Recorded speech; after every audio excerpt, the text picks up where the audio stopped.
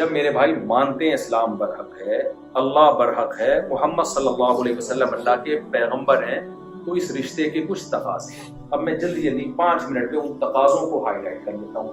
سب سے پہلا حکم جو آپ کی طرف آتا ہے اللہ کا، وہ ہے جب آپ لا الہ الا اللہ کا اقرار کرتے ہو تو سب سے پہلا حکم کیا ہے؟ طہارت، اور طہارت کے بعد کیا ہے؟ نماز۔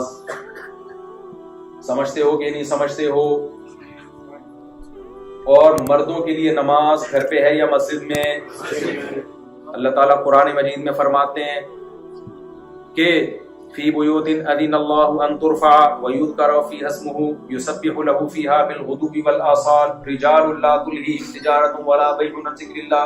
اللہ کہتے ہیں کچھ گھر ایسے ہیں جو اللہ کے گھر ہیں، ان گھروں کو کچھ ایسے نیک لوگ آباد کرتے ہیں جن کو تجارت اور کاروبار اللہ کی یاد سے غافل نہیں کرتا۔ اللہ نے یہ نہیں کہا کہ وہ تجارت کرتے ہی نہیں ہے، وہ آسٹریلیا میں ٹیکسی نہیں چلاتے، وہ آسٹریلیا میں جاب نہیں کرتے۔ اللہ نے کہا وہ سارے کام کرتے ہیں، آئے ہی اسی سلسلے میں ہیں۔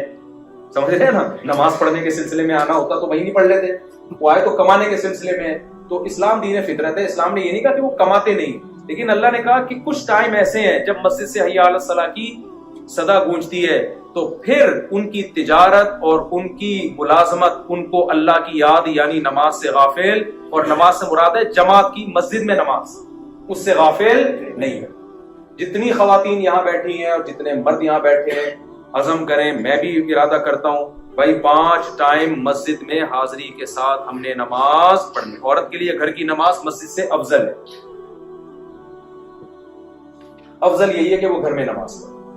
لیکن کہیں بیان ہوتا ہے جیسے جمعے کے بیان، تو میری رائے یہ ہے کہ اس کو پھر مسجد میں آنا چاہیے تاکہ عورت کا مسجد سے رشتہ بولو مسجد، کیونکہ اب ہر جگہ خواتین جا رہی ہیں مسجد میں، مولوی صاحب ڈنڈا لے کے کھڑے ہوتے مسجد میں آنا اجازت نہیں ہے، تو وہ کیا وہ کہتی ہے فلم ہی ٹھیک ہے، تو کام زمانے کے حساب سے ہوتے ہیں نا۔ تو 5 ٹائم پابندی سے نماز پڑھنی ہے، اور خاص طور پہ خواتین کے لیے، کیونکہ بچے ماؤں کے کنٹرول میں ہوتے ہیں۔ باپ خود ماں کے کنٹرول میں جب ہے تو بچے کہاں سے کنٹرول؟ زمانہ ہے بھائی، بچے کس کے کنٹرول میں؟ ماں کے کنٹرول میں۔ تو مائیں بچوں کو نماز سکھائیں،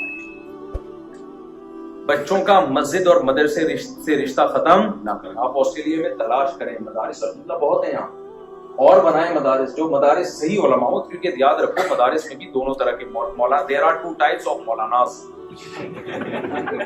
پاکستان میں تو مدرسوں کے نام پہ دھندا بھی طبیعت سے ہوتا ہے، گراؤنڈ ریئلٹی ہے۔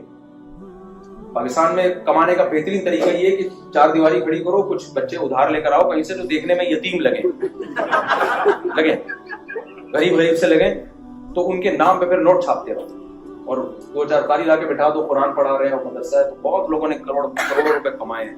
تو سارے مدرسے نہیں، الحمدللہ بہت اچھے ہیں، تبھی تو الحمدللہ علماء بھی پیدا ہو رہے ہیں، لیکن بہت سے یہ ڈرامے بازی بھی ہو رہی ہے۔ تو اب میں جا کے لوگوں کو ہائی لائٹ تو نہیں کر سکتا، دشمنیاں ہوں گی، کیس ہو جاتے ہیں، بڑے مسائل ہوتے ہیں، لیکن میں خود پرسنلی جانتا ہوں ایسے لوگوں کو جنہوں نے ماشاءاللہ ایسے نوٹ چھاپے ہیں، 4 شادیاں بھی کی ہیں۔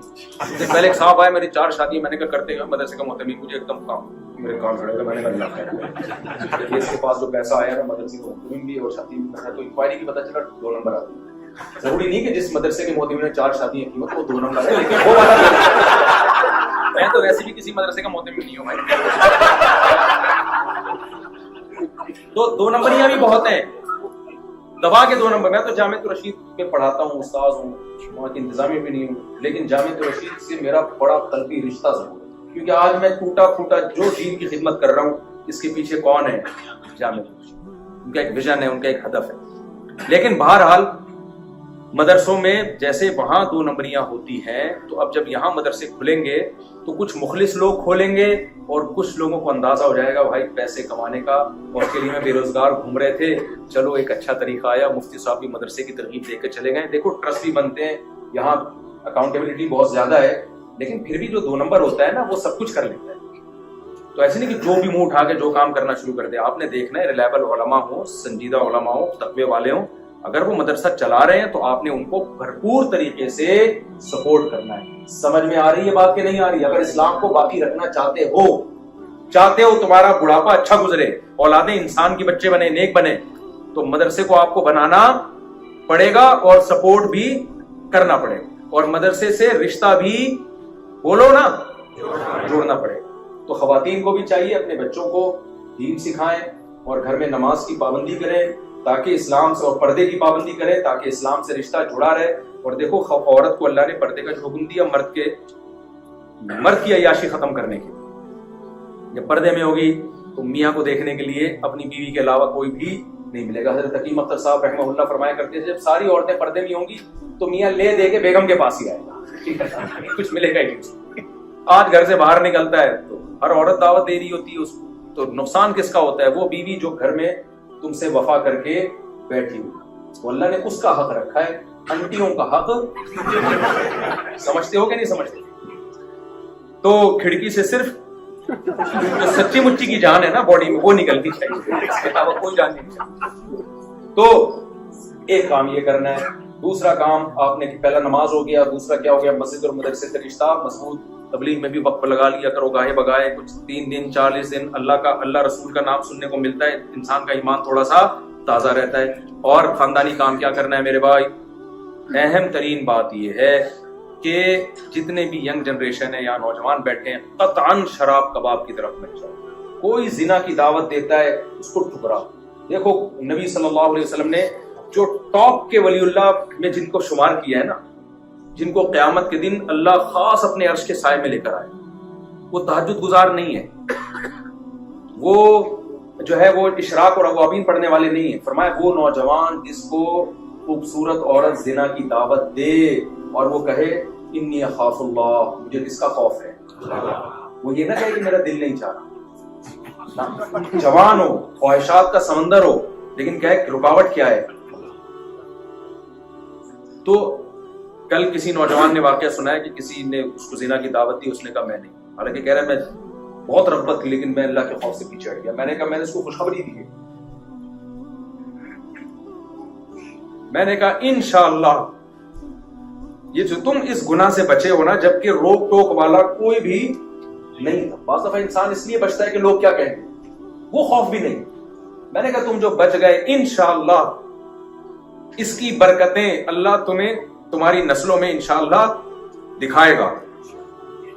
اللہ کے خوف سے جب آپ کسی برائی سے بچتے ہیں نسلوں تک اس کی برکتیں چلتی ہیں, نسلوں تک چلتی ہیں اس کی برکتیں. اپنی حرام خواہشات کو پورے کرنے والے مارکیٹ میں بہت ہیں, اپنی خواہشات کو اللہ کے لیے قربان کرنے والے مارکیٹ میں شارٹ ہیں. جو چیز مارکیٹ میں زیادہ ہوتی ہے اس کی ویلیو زیادہ ہوتی ہے, جو شارٹ ہوتی ہے اس کی ویلیو زیادہ ہوتی ہے. زنا کرنے والے بہت مل جائیں گے آپ کو بھائی, موقع ملے پھر بھی بچ جائے. یہ لوگ کیا ہے مارکیٹ میں شارٹ. تو اللہ کی نظر میں کرنے والوں کی کوئی ویلیو نہیں ہے, بچنے والوں کی کم ویلیو نہیں بلکہ بہت زیادہ ویلیو, کیونکہ پہلے زیادہ لوگ بچتے تھے کم لوگ کرتے تھے, اب زیادہ کر رہے ہیں کم لوگ بچ رہے ہیں. اب اللہ کی نظر میں زنا سے بچنے والوں کی ویلیو پہلے سے بہت زیادہ بڑھ گئی ہے. اگر کسی سے یہ جرم ہو گیا ہے رو کے گڑ گڑا کے اللہ کے سامنے توبہ کرے, ہو توبہ کرے اللہ کے سامنے گڑ گڑائے اللہ آئندہ کبھی نہیں کروں گا. تو عزم کرتے ہو کہ نہیں کرتے؟ جو حلال اللہ نے پیدا کیا بھائی, اللہ نے تمہاری بیوی کو پیدا کیا, اس کو محبت ہو. ہمارے نبی کتنی محبت دے رہے ہیں اپنی زوجہ کو, جہاں سے منہ لگا کے پانی پی رہی ہے گلاس میں, اسی جگہ برتن میں آپ منہ لگا کے پانی پی رہے ہیں. تو میاں بیوی کے رشتے کو اللہ نے بنایا بھائی, اس کے علاوہ آپ کا کوئی اور رشتہ بولو نہیں ہے. وہ کام کرو جو پیغمبروں کی سنت ہے, اس کے علاوہ کوئی راستہ لیگل نہیں ہے آپ کے لیے.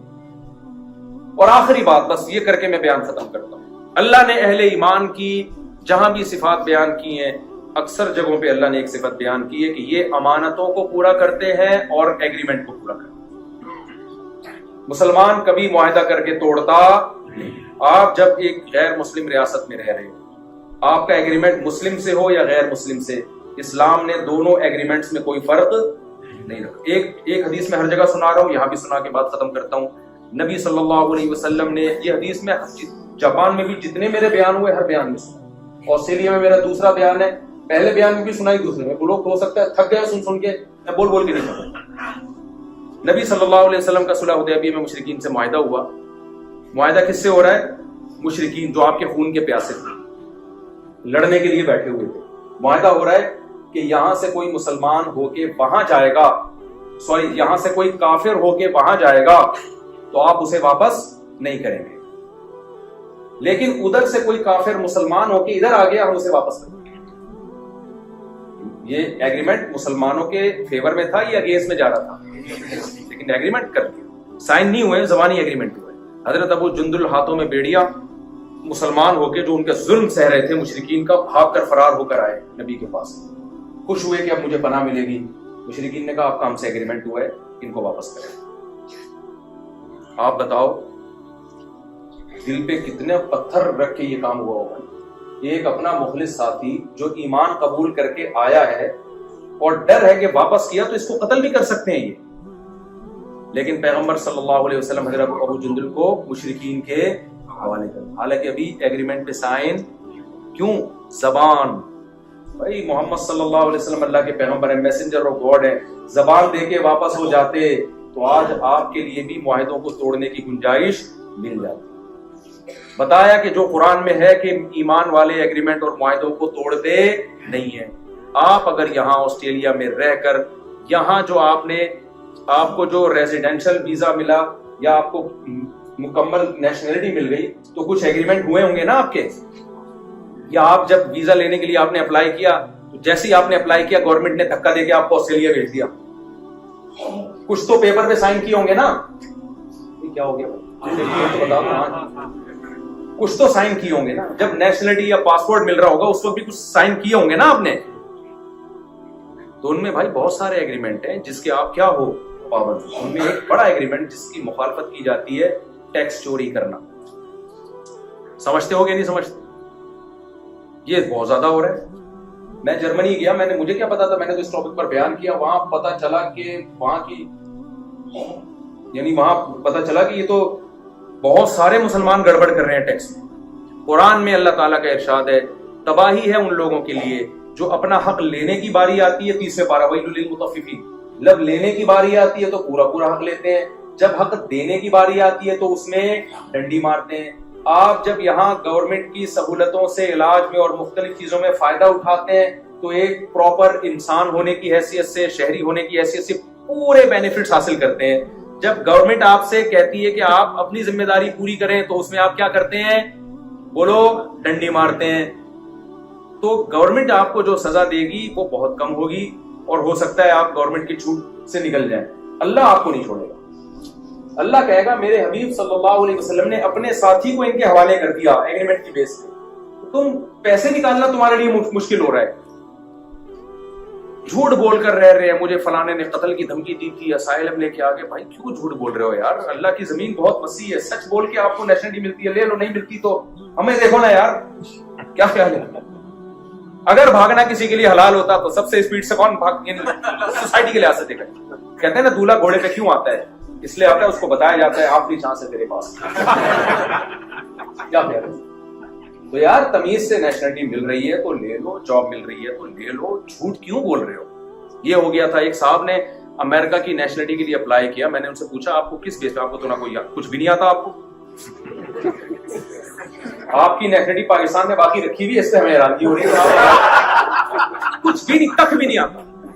اس نے کہا میں نے وکیل ہائر کیا. وکیل نے کیا کیا ہے؟ وکیل نے پورا کیس بنایا. وکیل تو ہر جگہ مل جاتے ہیں. علامہ اقبال نے ایسے ہی تھوڑی کہا تھا پیدا ہوا وکیل تو شیطان نے کہا لو آج میں بھی صاحب اولاد ہو گیا.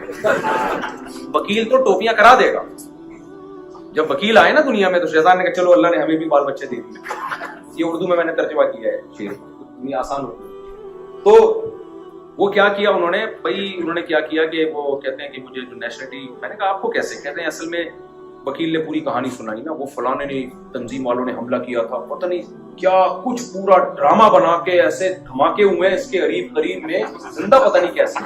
حالانکہ شب برات کا پٹاخہ بھی کسی نے نہیں پھوڑا اس کے قریب میں, کوئی پٹاخہ بھی نہیں پھوٹا ہو. ارے تم تمیز سے جہاں تمہیں روزی مل رہی ہے سچ بول کے وہاں کھا لو یار. اللہ کی زمین کیا ہے, بہت بڑی ہے. کیونکہ ایک دفعہ جھوٹ جس کی بنیاد ہو نا پہ ساری زندگی جھوٹ ہی چلتا ہے.